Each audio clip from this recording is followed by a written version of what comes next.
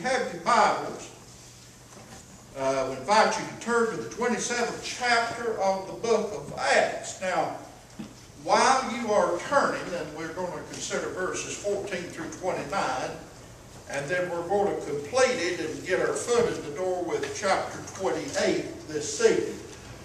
While you are turning, I want to give you just a little bit of a background leading up. This is the shipwreck of Paul. A major turning point in the book of Acts is where Paul was determined to go to Jerusalem. In fact, this would be the last time he would go to Jerusalem. But a lot of people tried to warn him against going to Jerusalem because they knew that some bad things would happen.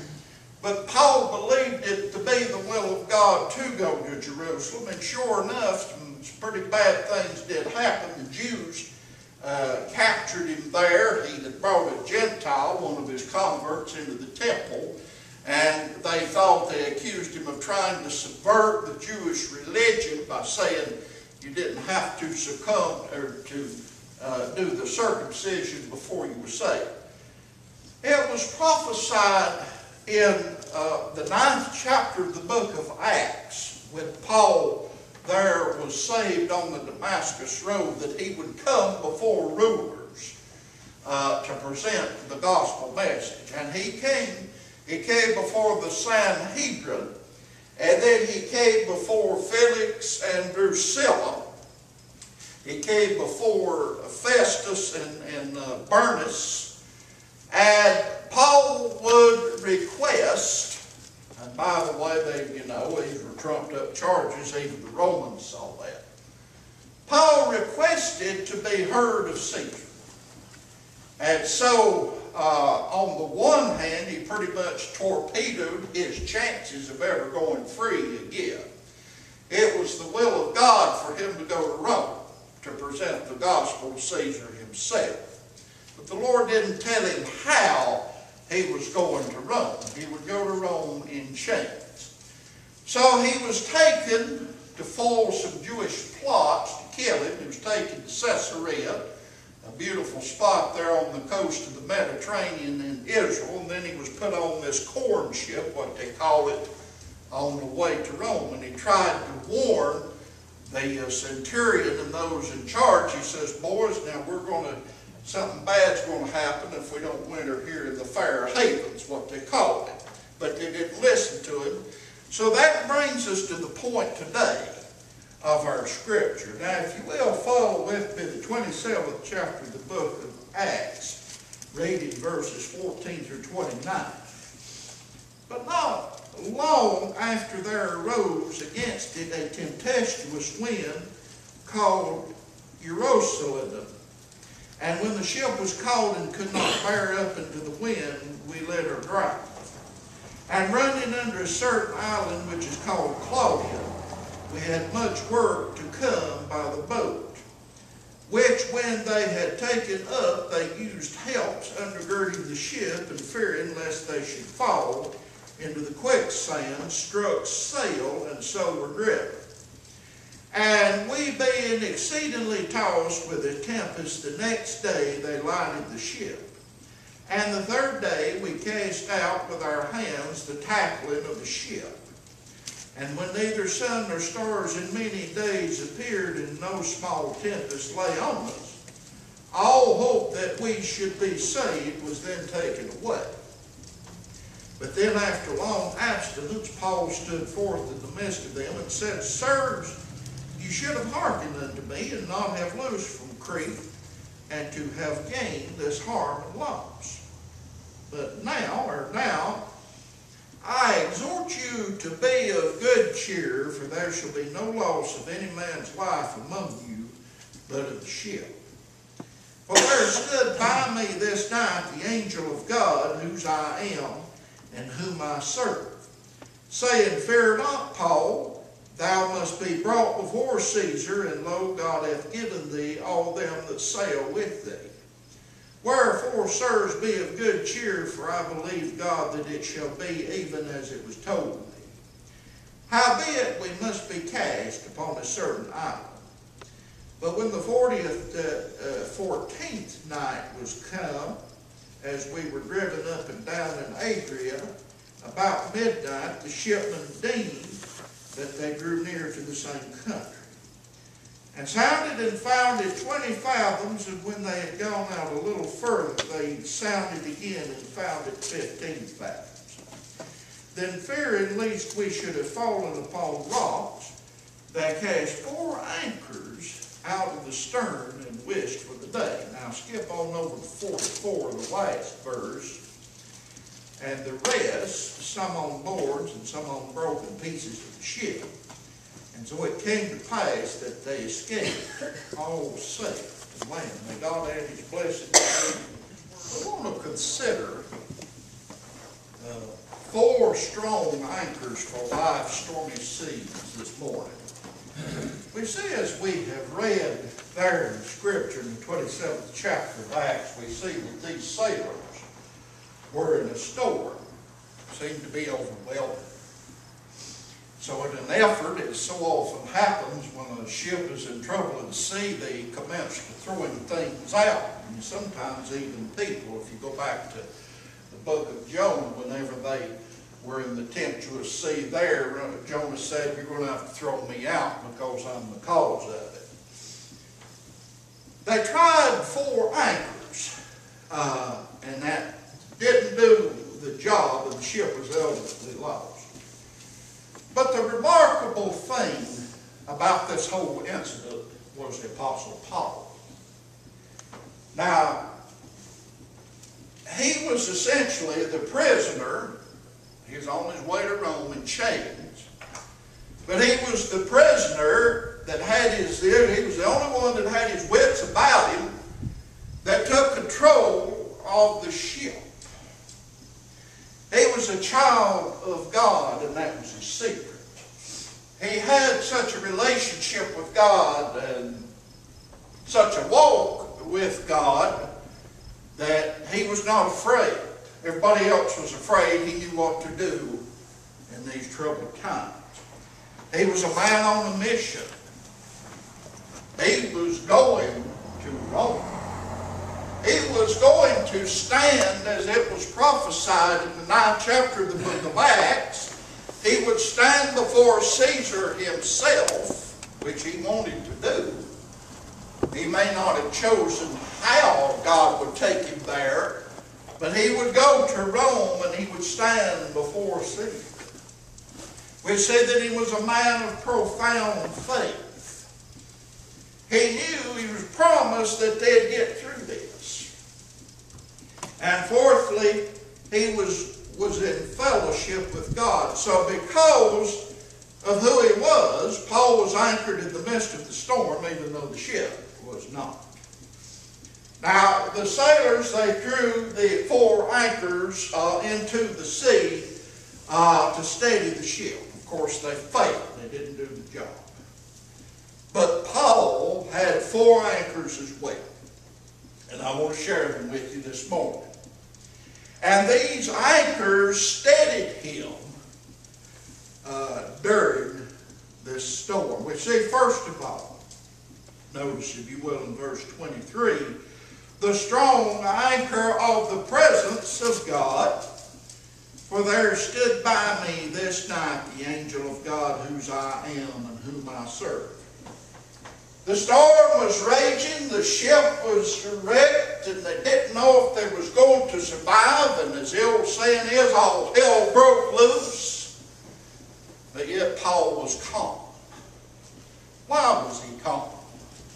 Why wasn't he going crazy like the rest of them? Because he knew God, and he knew that God would keep them safe, and he knew that God's will was for Paul, for him to go to Rome to preach to Caesar and to the Romans.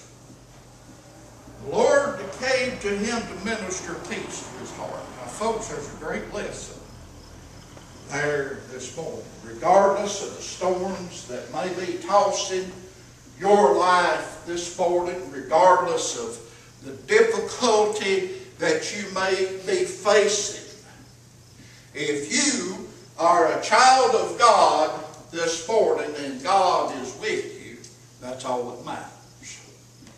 Now, I like what Ralph Sexton said this morning, and he's been preaching a series of messages.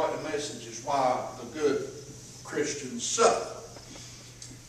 And one of his points was, we're not home yet.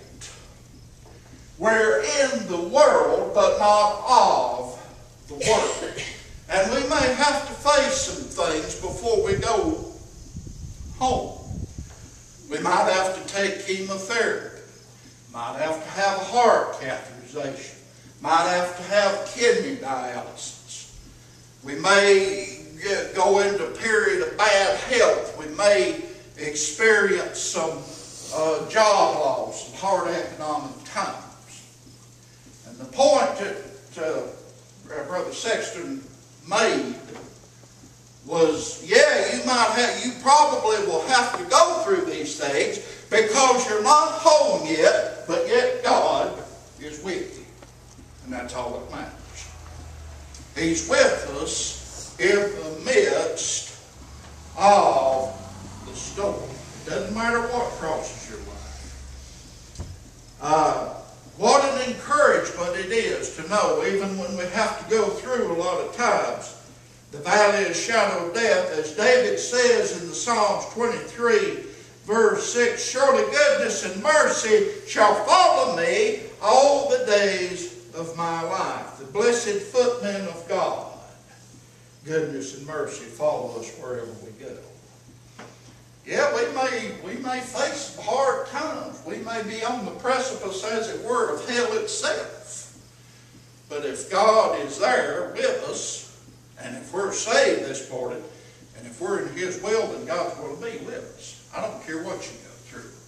I don't care what comes your way or my way. If God is with you, if God be for you, who can be against you?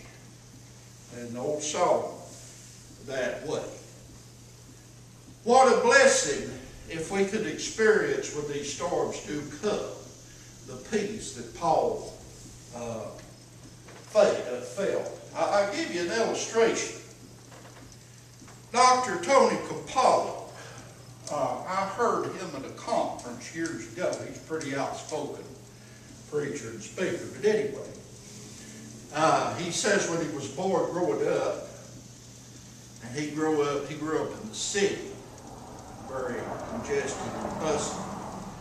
His mother paid a little old girl a nickel to walk home with him at the end of the day. Tony rebelled in the second grade and told his mother, I'll walk myself to school and you could give me a nickel a week. I'll be extra careful. You could keep the other 20 cents and we'll all be better off. Well, after a period of begging and pleading, his mother let him walk home, from school. He finally got his way. For the next 2 years, he was very careful. Walked himself back and forth to school. It was an 8-block walk, many streets to cross. But he was careful. He didn't talk to strangers. Didn't want his mama told him. Years later, at a family party, he was bragging. He said, when I was a boy, I used to walk back and forth to school and home. And man, I was all by myself, and man, I took care of myself. And his mother, she laughed, added the rest of the story. She said, did you really think that you were alone, Tony? Every morning when you left from school, for school, I was with you. I walked behind you all the way. Then when you got out at 2:30 in the afternoon, I was there. I kept myself hidden, but I was there and followed you all the way home. I just wanted to be there for you in case you needed me. Well, that's a very good illustration of how God is with us. How He goes with us to and from every place that we go, or every event, or every happening in our lives. God is with us. Secondly, we see the strong anchor of the promises of God, verses 24 and 25. saying, Fear not, Paul, thou must be brought before Caesar, and lo, God hath given thee all them that shall sail with thee. Wherefore, sirs, be of good cheer, for I believe God that it shall be even as it was told unto thee. Now, as Paul weathered the terrible storm, he was made a promise. The angel of the Lord appeared to him and said, You're going to survive this, Paul. You're going to stand before Caesar, and all of your other shipmates will be saved. He had that assurance. Now, Paul will eventually have his head cut off in Rome for preaching the gospel, but it's not time. Right now, he will be saved. Now, we see the promises of God, and his promises are steadfast and true. You know, there are many promises in the Word of God. Promises of brighter days in Psalm 30. Promises of deliverance in Psalm 34. Everything is for our good, Romans 8:28. We all know that verse. We have the promise of divine grace and then ultimate glory in the book of Revelation 21, verse 4. His promises are based upon His Word, and Titus tells us that God cannot lie. Dr. Everett Garr, Storms of Ontario, spent a good bit of time searching the Scriptures and counted the promises of God. And he counted nearly 8,900 promises. Some of the promises were about 7,500 promises from God to men. Man, 85% of all the promises in the Bible. 991 instances of one person making a promise to another person. 290 promises from man to God. 29 promises made by the angels. Most of them found in the Gospel of Luke. 9 promises made by the old liar, the devil himself. In other words, when he promised there in the wilderness to give Jesus all the kingdoms of the world if he'd bow down to worship him. 2 promises made by an evil spirit, and 2 made by God the Father to the Son. Many promises in the Word of God. One memorable scene from Bunyan's Pilgrim's Progress. Christian, finding the pathway difficult, climbed over a stile to walk in the meadowy bypath. Eventually the ground grew soggy and covered with poisonous vines. The sky became black, and Christian spent the night huddled at the foot of an oak tree, and he was caught in the downpour. Next morning, giant despair came upon him, captured him, beat him, and imprisoned him in the dungeon of Doubting Castle with its grim battlements and thick black walls. Christian tried to sing, but he couldn't. His mood was dungeon dark. Giant despair beat him mercilessly. He grew weaker each day. And so he found a rope, a knife, and a bottle of poison. He's going to kill himself. But one evening about midnight he began to pray. And a little before day, good Christian, as one half amazed, broke out into an impassioned speech. What a fool am I, thus to be in a stinking dungeon when I might as well walk in liberty. I have a key in my bosom called promise that will, I am sure, open any lock in my doubting castle. We all have that promise. We all have the promises of God. Yeah, we may be like Christian here in the times of despair.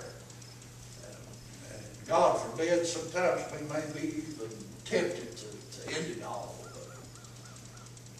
We see that God always has a way of coming through those clouds and through those shades of despair, bringing some sunshine into the way. We must claim the promises of of God.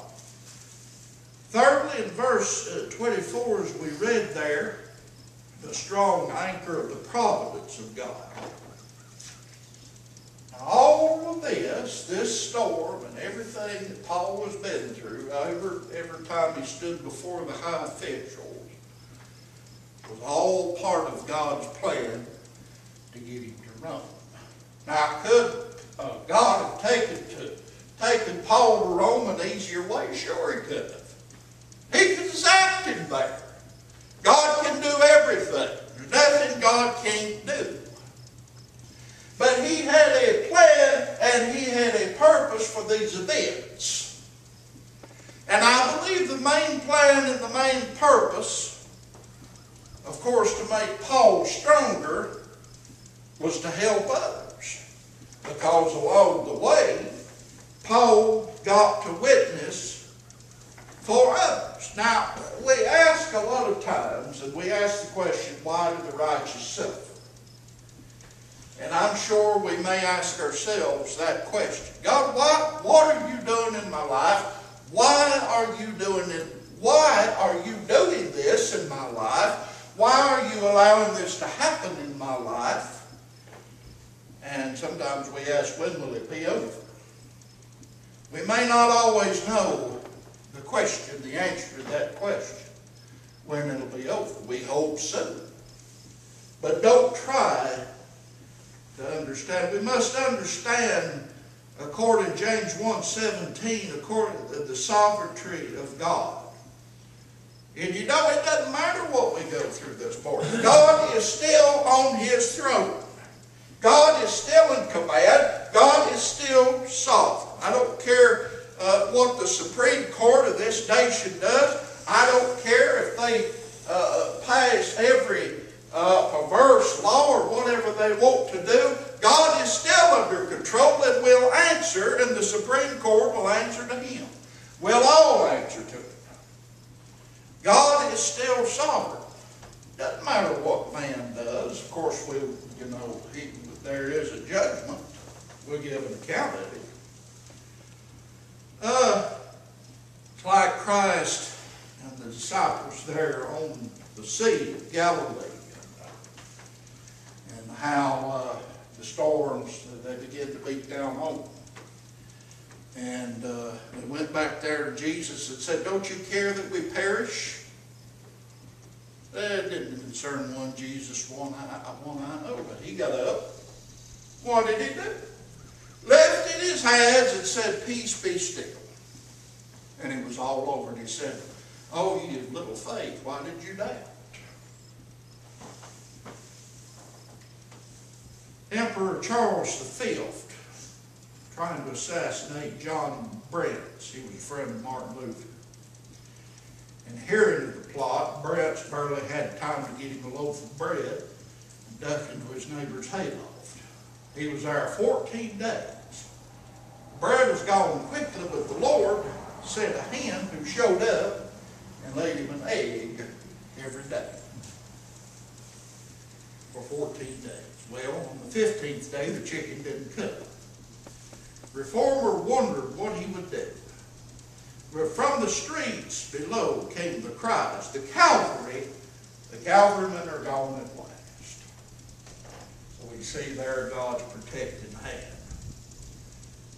Even after Paul received the great promises of the Lord for himself and not those on board the ship, the men are still trying to take matters into their own hands there in verses 28 through 39. Some of them tried to jump off the ship.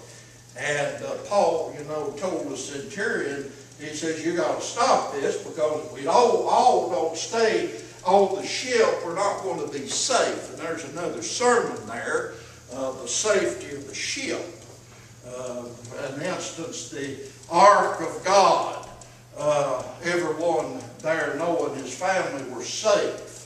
And several instances, you could get several sermons over that. But Paul was assured, Paul was calm, Paul was sure that they were going to be safe. He was really the only one on the ship that had his wits about. Now, friends, we're living in a day and time when men are abandoning ship at an alarming rate. They're abandoning they're running from the church, the old ship of Zion. What's the best place to be when the storms of life are coming? Don't get out in them.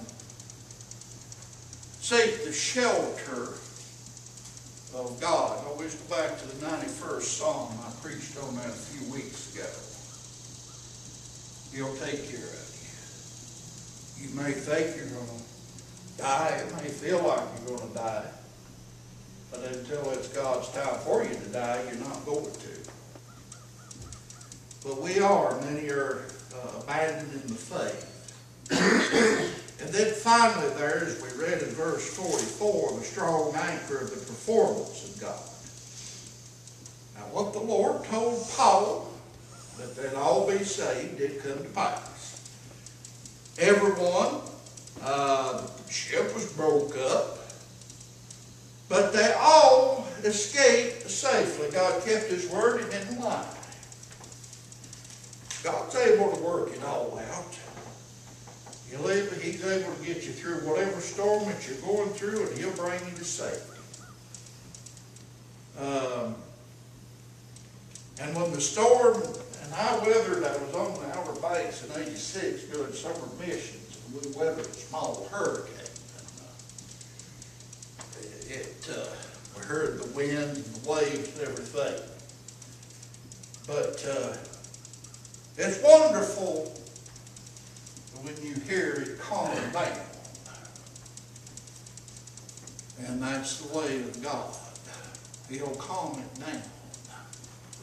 He'll be with you. Doesn't matter what you're going through. Corrie ten Boom said, she was in the Hitler's camps, says, when Jesus takes your hand and keeps you tight, when Jesus keeps you tight, He leads you through your whole life. When Jesus leads you through your life, He brings you safely home. We do have a strong and powerful God. He can do anything that needs to be done. Well, this morning in closing, have you set your anchors deep in the Lord? If you have these 4 anchors that I mentioned this morning, you could weather any storm that comes your way. But you have to say, you have to come to this conclusion. You have to say, Lord, I can't fix my situation. And in most situations, we ain't going to be able to fix it. We ain't got the power to fix it. Only God can fix it. And we just have to cry out, oh God, help me, I can't do this myself. Put your anchors down.